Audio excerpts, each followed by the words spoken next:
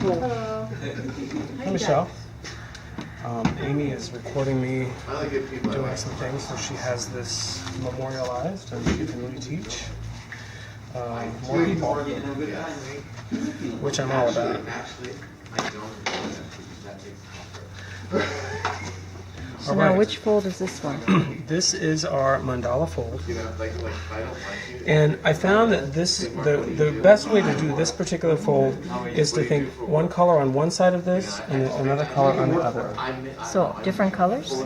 So yes, so one color on this side and another color on this side. So we are going to start with the yellow.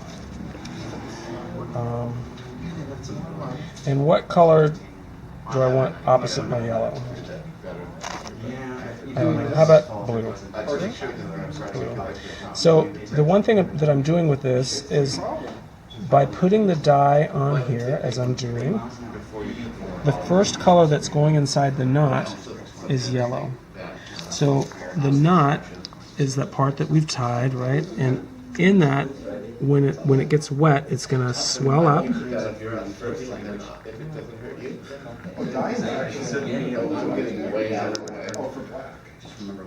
And it's going to inhibit the flow coming through it. Now you can see we have a little yellow that's come through. That's okay.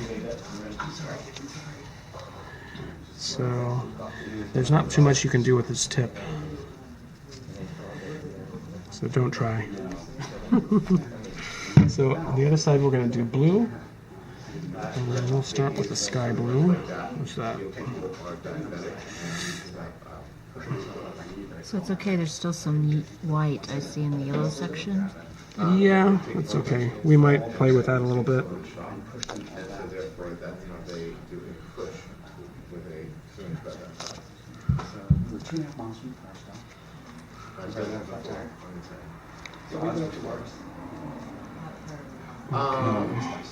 About 5/8 still.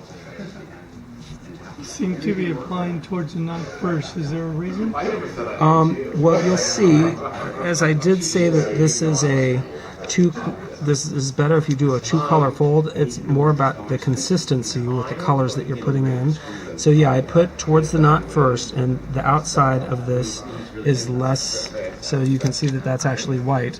So the reason for that is because now I can change colors. So for example, let's say I want to put a little bit of red here on the tip of this. So some of that, if it's white still, will turn out that fuchsia.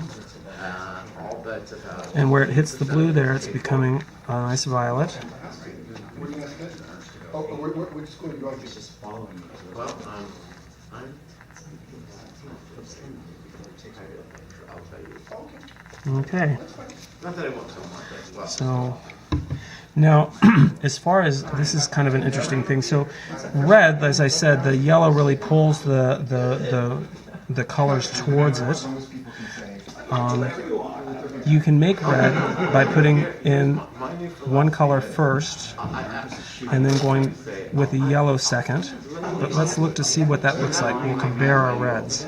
And what you're doing is, I notice when you turn it over, you carefully flip it over and then flip it back. So you're not creating a new dye trail. Right, I don't necessarily want to flip your this pattern. over on the undyed piece of fabric. That would change that. And yes, when I was turning it over here, I was making sure not to lay it back down on any place but exactly where it was the first time. Otherwise you get cross-contamination and Cross-contamination. tends to look muddy after a while. So, It'll probably lighten up. So you're putting several layers of paper towels down so There- that it won't run. yeah, 2 or 3 is what I usually do. Actually, that's Now I did one color blue. I'm going to put another color blue down here. You can see some of the blue did sneak over into that yellow. And then I'm going to use a violet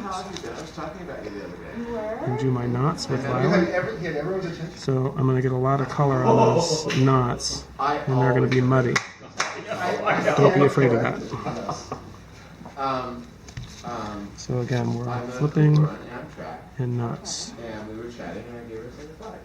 And I was telling her that I made hoops, and I showed her pictures of the hoops, and I said, "Mine goes to Michelle." Well, I haven't seen the book at 100,000. Okay, so now let's get some more yellow out here. I didn't mind her. That was just a statement of fact, not a statement. This kind of becomes silk painting. I like to do tips in yellow because they makes the flags more flashy. Again, this is the outer reaches of the silk. So there's not too much you can do out here in terms of patterning. Or... Well, you can, but and I will show you that here in just a second. But it's the You have to give examples. so again we're turning it up. Make sure that we get that. I don't know if you know this, but she is like a plant queen. She knows all kinds of things about botany. So when I walk into the front yard and if I see dead things, it's always so counterintuitive. So, She really is. all right. So we have lots of yellow. We've got red in here, so let's get some more red. Let's make some streaks. It's a major drought, and that's the reason I put all drought tolerant natives in my yard. And they don't need to be All right. watered, even if they look a little hellish for, like, you know. Get a little of that Well, probably blue in there. And This is where we usually use the cling wrap, is to make sure that the fabric, when you put it in your microwave container, You have to carefully kind of wrap it because right. And again, I try, now that I flip this over, I see that I can put a little bit more color here. is this going to be a rainbow color? No, not per se rainbow, but we definitely did use lots of colors, didn't we? So with that, back in the microwave. How long? 7 minutes. 7 minutes. All right, you've been paying attention. So it's okay to fold it in as long as